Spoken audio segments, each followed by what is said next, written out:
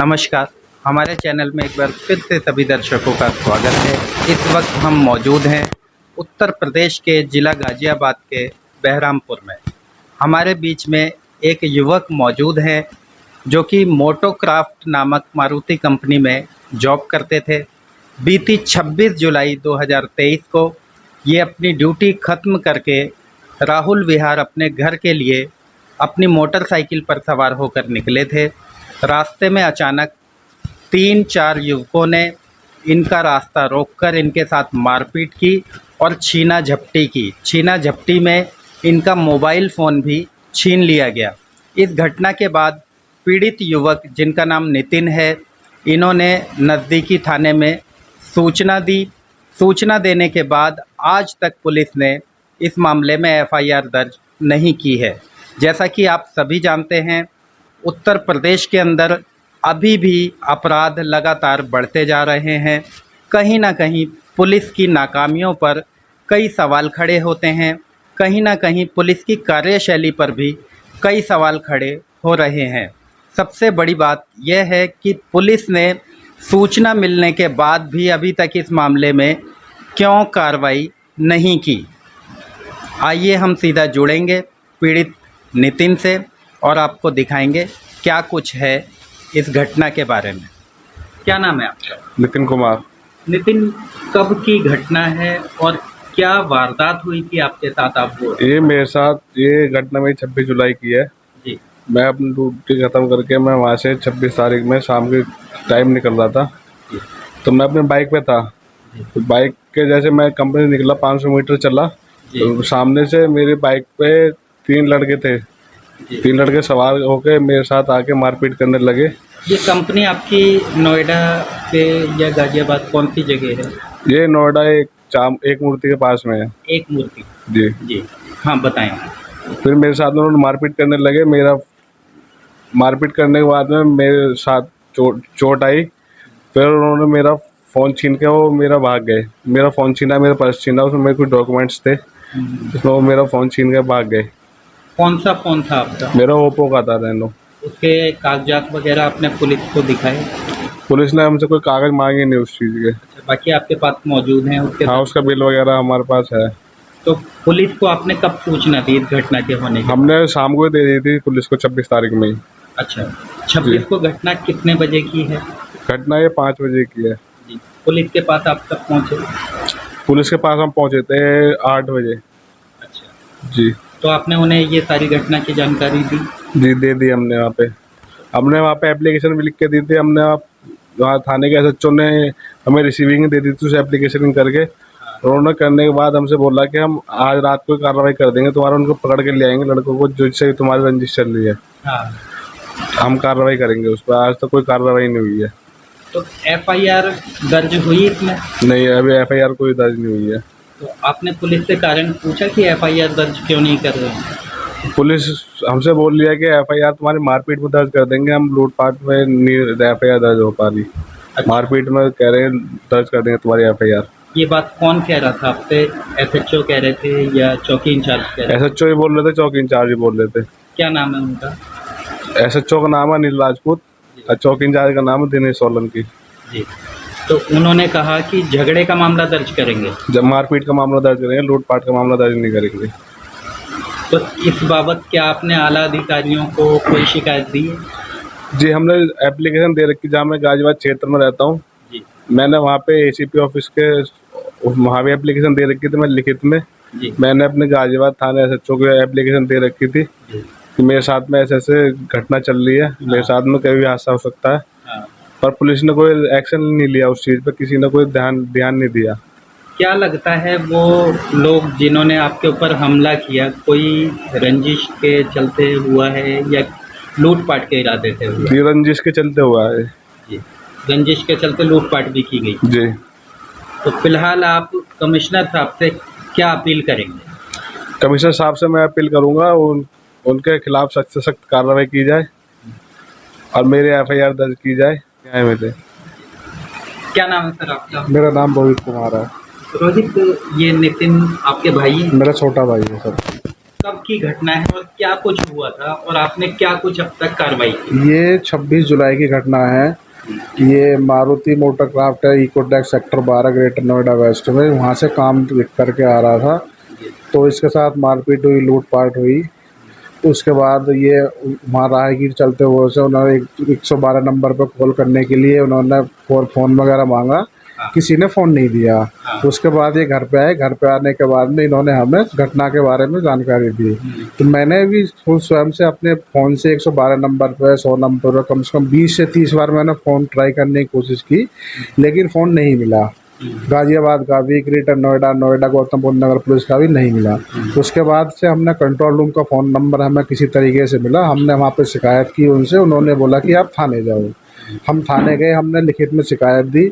SHO साहब से मिले, उन्होंने हमें कार्रवाई का आश्वासन दिया। ये बोला कि आप जाओ, आप लिखित में एप्लीकेशन दे दो, हम कार्रवाई करेंगे। वो एप्लीकेशन चौकी इंचार्ज साहब के पास आई। जो चौकी इंचार्ज डोरा दलालपुर पड़ता है हाँ।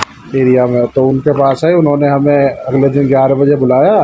तो हम 11 बजे गए, तो वो बोले कि मैं अभी चौकी में नहीं हूँ, अब बाद में आना। तो हम फिर नेक्स्ट डे गए। उन्होंने हमारे बयान लिए, नितिन के बयान लिए। उन्होंने बोला कि ठीक है आप जाओ, और हमसे पेपर पे साइन करा लिए। डायरी में, उसमें डायरी में बयान लिखवाए थे। आधे डायरी में बयान लिखे, नीचे हमारे सबसे नीचे मेरे और इसके साइन करा लिए कि बोला आप जाओ। और उन्होंने बोला ठीक है हम कार्रवाई करेंगे। थाना कौन सा था? थाना बिसरख पड़ता है। जी। तो उसके बाद से अभी तक कोई कार्रवाई नहीं हुई है, ना ही हमें इस बात की कोई जानकारी दी गई है कि क्या कार्रवाई हुई है, क्या नहीं हुई है। अभी तक कोई जानकारी नहीं हुई है हमें। अच्छा, तो इस मामले में आपको क्या लगता है पुलिस क्यों मामला दर्ज नहीं कर रही है? आपने क्या अंदाज़ा लगाया? अंदाज़ा यही लगाया कि पुलिस के ऊपर किसी तरीके का दबाव है, जो पुलिस कार्रवाई नहीं कर रही है। क्योंकि हमारे पड़ोस में है कुछ, उनसे हमारा पुराना झगड़ा चल रहा है। सर्दियों की जनवरी की बात है, तो उनसे हमारा झगड़ा हुआ था गाड़ी की पार्किंग को लेकर, हटाने को लेकर। तो हमने ऑनलाइन कंप्लेंट की थी गाज़ियाबाद कमिश्नर को। तो वहाँ से नितिन के खिलाफ और जो दो लोग हैं जिनसे हमारा झगड़ा हुआ था, उनके खिलाफ 107/16 का मामला चल रहा है झगड़े का। तो ये एसीपी मुरादनगर ऑफिस में है। ठीक है जी। उसके बाद में वो ऊंची जाति से बिलोंग करते हैं, हम नीची जाति से बिलोंग करते हैं। तो उन्होंने हमें जाति सूचक शब्दों से हमारे साथ में मतलब बहुत गालियाँ दी थी। तो उसके खिलाफ पहले तो हमने SC/ST आयोग दिल्ली में शिकायत की। वहाँ से मामला चल रहा था, तो वहाँ से कंप्लेंट का कुछ नहीं हुआ। तो हमने फिर क्या नाम है, SC/ST आयोग, SC/ST कोर्ट में गाज़ियाबाद में केस डाला। तो जैसे ही इनके पास कोर्ट से नोटिस आया, थाने से नोटिस आया, तो इन्होंने उस नोटिस पर जब इन्हें पता लगा कि इन्होंने SC/ST केस डाल दिया है, तो इन्होंने फिर इनका छोटा वाला लड़का है, इन्होंने नितिन के खिलाफ इन्होंने पीछा करना शुरू किया। तो जब ये ड्यूटी के लिए 9 बजे जाता था यहाँ से, तो इसके पीछे जाते थे। 5:30 बजे ड्यूटी ख़त्म होती तो पीछे आते थे। 2-3 दिन तक इन्होंने पीछा किया। दो दिन इसने हमें घर पे आके बताया। हमने उसको चेक की, जाके इसके पीछे पीछे हम भी गए, तो हमें सही पाया गया। तो हमें उसमें एक पड़ोस का हमारा लड़का भी था जिससे हमारी रंजिश चल रही, जिसके परिवार से। और उसने पहले भी ये धमकी दी थी, लड़ाई झगड़ा हुआ था उसके कुछ समय बाद, कि अगर मैं होता तो मैं इनमें गोली मार देता। अच्छा। उसने ये सब बोले थे कि उसके गवाह भी हैं हमारे पास में, कि जिसके सामने उसने ये बोला था कि अगर मैं होता तो मैं इन सब में गोली मार देता। ठीक है जी। उसके बाद में हमने देखा कि भाई ये बात सत्य है, तो हम फिर अपनी शिकायत लेके ACP ऑफिस गए। हम ACP ऑफिस ड्रीम सिटी गए। वहाँ पे हम ACP साहब से मिले। उन्होंने कहा कि ठीक है आप, हम वहाँ पे ऑफिस से उनके बाहर वो थे असिस्टेंट, उन्होंने हमारी शिकायत लिखी। हमने शिकायत दी। हमने बोला कि भाई ऐसे ऐसे हमारा झगड़ा चल रहा है और इन लोगों से हमारा झगड़ा चल रहा है। अगर हमारे खिलाफ कुछ भी मारपीट होती है या हमारे परिवार के खिलाफ कुछ भी हादसा होता है, तो उसके जिम्मेदार ये लोग होंगे। तो उन्होंने हमसे साइन कराए और इनको भी बुलाया, दूसरी पार्टी को भी बुलाया। हमने साइन करके दे दिया था कि भाई ऐसा कुछ होता है तो उसके जिम्मेदार ये होंगे। उनके पास भी हमने शिकायत दी थी। उसके बाद फिर हम थाना क्रॉसिंग रिपब्लिक में आए शिकायत पत्र देने के लिए अपना। तो हम SHO साहब से मिले, तो SHO साहब ने ये कहा कि भाई अगर तुमने उनके खिलाफ SC/ST कोर्ट में केस डाला है, तो वो तो तुम्हारा पीछा करेंगे ही। जब तुमने इतना, हाँ, अगर तुमने इतना बड़ा, ये बात SHO साहब ने कही थी। अच्छा। SHO साहब ने ये कही थी, SHO साहब क्रॉसिंग रिपब्लिक, कि भाई अगर आपने SC/ST में कोर्ट में केस डाला है, तो वो तो आपका पीछा करेंगे जब आपने इतना बड़ा मुकदमा उनके ऊपर दर्ज किया है। तो हमने कहा सर ऐसे कैसे कर सकते हैं वो, अगर हम अपनी शिकायत पत्र देने के लिए आए हैं, अगर हमारे साथ कोई भी हादसा होता है तो हम उनके ज़िम्मेदार ये होंगे। हमने उनको अपनी शिकायत दे दी, उन्होंने बोला ठीक है कि आप जाओ, पिकेट लगी हुई है, जगह जगह पीसीआर वैन खड़ी है, कोई भी बात होती है तो आप उनको कम बता सकते हो। लेकिन उन्होंने कार्रवाई करने के बजाय हमें वहाँ से उल्टी सीधी बात कह के हमें भगा दिया।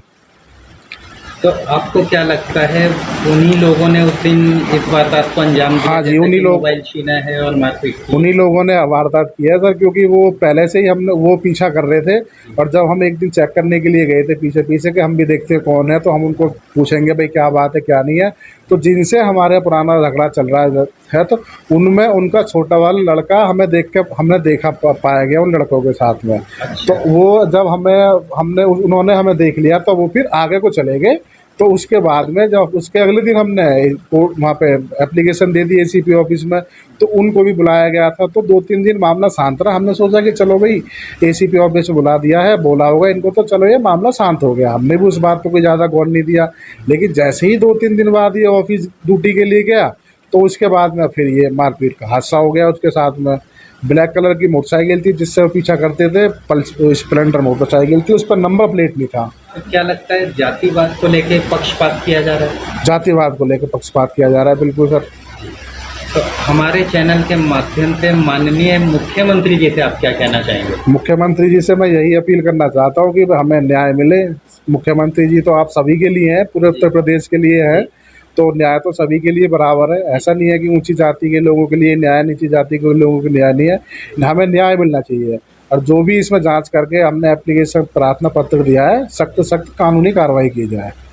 मुख्यमंत्री जी से, कमिश्नर साहब से मैं तो यही अपील करता हूँ। जैसा कि अभी आप सुन रहे थे, पीड़ित नितिन के भाई हमारे बीच में मौजूद थे, जिनका कहना है कुछ दिन पहले पार्किंग को लेकर आस पड़ोस के ही रहने वाले कुछ लोगों से विवाद हुआ था। कहीं ना कहीं नितिन के साथ इस वारदात को अंजाम देने में वही लोग शामिल हो सकते हैं। इनका कहना है जब ये अपनी शिकायत को लेकर एसएचओ के पास गए और इन्होंने एसएचओ को बताया कि कुछ दिन पहले पार्किंग को लेकर हमारा आस पड़ोस के लोगों से विवाद हुआ था, तो एसएचओ ने इनको उल्टा धमकी दी कि जब आप उन लोगों के खिलाफ कंप्लेंट करोगे, शिकायत करोगे, कोर्ट में जाओगे तो आपके साथ ऐसा ही होगा। एसएचओ साहब के इस बयान की हम कड़ी निंदा करते हैं। एक अधिकारी को अपने पद पे रहते हुए ऐसी शर्मनाक बयानबाजी बिल्कुल भी नहीं करनी चाहिए। अब देखना यह होगा कि क्या कमिश्नर साहब के कानों तक इनकी आवाज़ पहुंचती है या फिर मामले को ऐसे ही दबा दिया जाएगा। मैं आकाश मौर्य अपने सहयोगी इंद्रजीत के साथ, उत्तर प्रदेश, जिला गाजियाबाद।